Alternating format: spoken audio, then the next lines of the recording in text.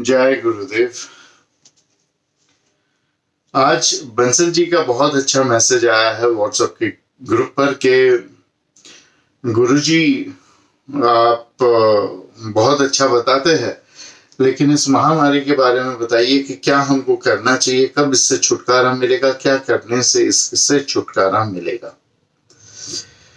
और ये क्यों ईश्वर ने हमारे सर पे डाली है, हमने ऐसा क्या पाप कर दिया है। तो सबसे पहले मैं आपके जवाब दूं उससे पहले मैं आपको एक कहानी बताना चाहता हूं। कहानी के माध्यम से आपको आपके सारे सवालों के जवाब मिल जाएंगे। ये सबसे पहली बात है कि ईश्वर ने हम पे नहीं डाली है, ये हमने ही बनाई है। और जितनी बड़ी महामारी आती है हम ही बनाते हैं, और कुछ मनुष्य बनाते हैं। इसकी वजह से सारे मनुष्य और सारे पशु पक्षी सबको, पूरी पृथ्वी को इसका ऋण चुकाना पड़ता है। इसी प्रकार से बहुत साल पहले, बहुत युगों पहले ऐसी ही महामारी एक आई जहां हमने सब पेड़ वगैरह काट दिए थे और 13 वर्ष से बारिश नहीं हुई, और इसके कारण महामारी बढ़ती गई, सूखा बढ़ गया और बहुत तकलीफें आने लगी। उसी दौरान भगवान भोलेनाथ कैलाश में अपने गुफा में विराजमान थे माता पार्वती के साथ। माता पार्वती ने कहा बहुत दिन से हम बैठे हुए हैं, शरीर अकड़ गया, एक वॉक लेकर आते हैं। कहा चलो चल के आते हैं। तो समुद्र तक चलेंगे और फिर वापस आ जाएंगे। आकाश मार्ग से चलते हुए जाते हैं। और भगवान शिव ने कहा चलो। अब बाहर निकली माता, तभी माता ने देखा कि सब जगह महामारी, लोग मर रहे हैं, लोग तड़प रहे हैं, और बहुत ही असंभव स्थिति हो गई थी। महामारी इतनी बढ़ गई थी। माँ ने कहा प्रभु आप देखिए, आपको दया नहीं आती, आपका नाम ही भोलेनाथ है और आप इन पे दया नहीं कर सकते। कहा नहीं, देखो तुम इसके बीच में मत पड़ना पार्वती। ये लोग अपनी गलतियों की वजह से, अपने पापों की वजह से इन्होंने ये मांग के लिया है, और ये इस वजह से पीड़ित है। तुम इनके कर्मों के बीच में मत आना। माता ने थोड़ी नाराजगी दिखाई, बात करना बंद कर दिया, उस तरफ मुंह करके चलने लगी। भगवान अपना देख रहे थे कि माँ नाराज हो गई है, मुंह इस तरफ कर दिया है वाम की ओर, और भगवान चल रहे। भगवान को भी पता है अभी मनाना पड़ेगा। समुद्र तक पहुंचे उससे पहले एक खेत में एक बूढ़ा आदमी हल जोत रहा है, अपने बच्चों से खिंचवा रहा है हल, और हल जोत रहा है, कभी खुद खींच रहा है, कभी बच्चों को खिंचवा रहा है। तो माँ ने कहा देखो प्रभु, डिप्रेशन के मारे, तकलीफ के मारे मेरे लोग पागल हो रहे हैं, मेरे बच्चे पागल हो रहे हैं। ये बूढ़े किसान को देख के आपको दया नहीं आ रही है।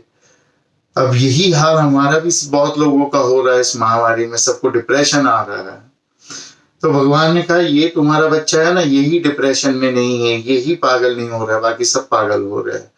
तो माँ ने कहा ऐसा क्यों? कहा ये अपने काम को छोड़ नहीं रहा है। कहा क्यों? इसको पता है 13 वर्ष तक बारिश नहीं हुई और आने वाले 13 वर्षों तक नहीं होने वाली है, फिर भी क्यों हल जोत रहा है? तो भगवान ने कहा कि जब 13 वर्ष के बाद बारिश आएगी तब इसके बच्चों को छोड़ के किसी को भी हल चलाना नहीं आएगा, तो बाकी कोई जीवित नहीं बचेगा। बारिश होने के बावजूद भी केवल इसका परिवार तभी टिक पाएगा। तो ये हमारे शास्त्र ने, हमारी कहानी ने आपको ये एक हिंट दे दी है। अंग्रेजी में कहते हैं ना, डोंट हैंग योर शूज।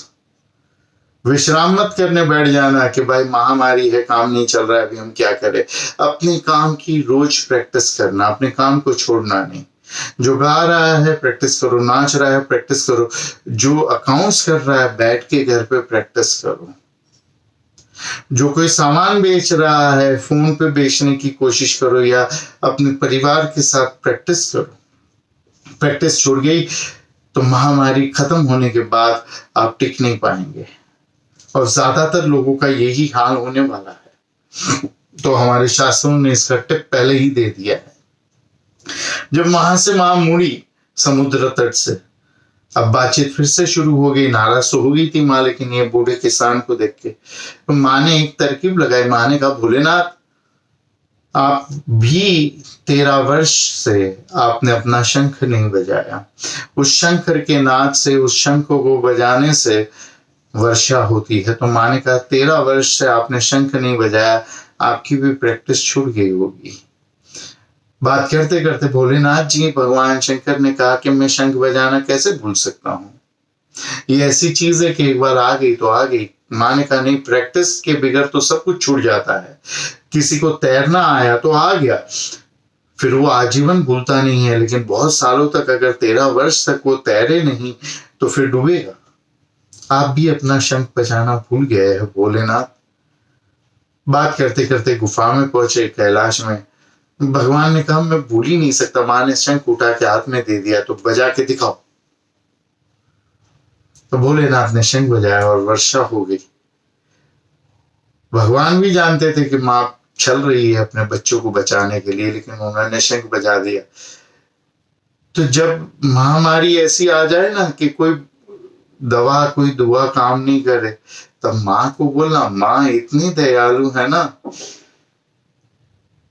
कि तुम्हारे सारे पाप धो देगी और तुमको जो है माफ करके महामारी से बाहर निकालेगी। तो इस कहानी को सबके साथ बांटिए और अपनी प्रैक्टिस चालू रखिए। उम्मीद करता हूं आपको पसंद आई।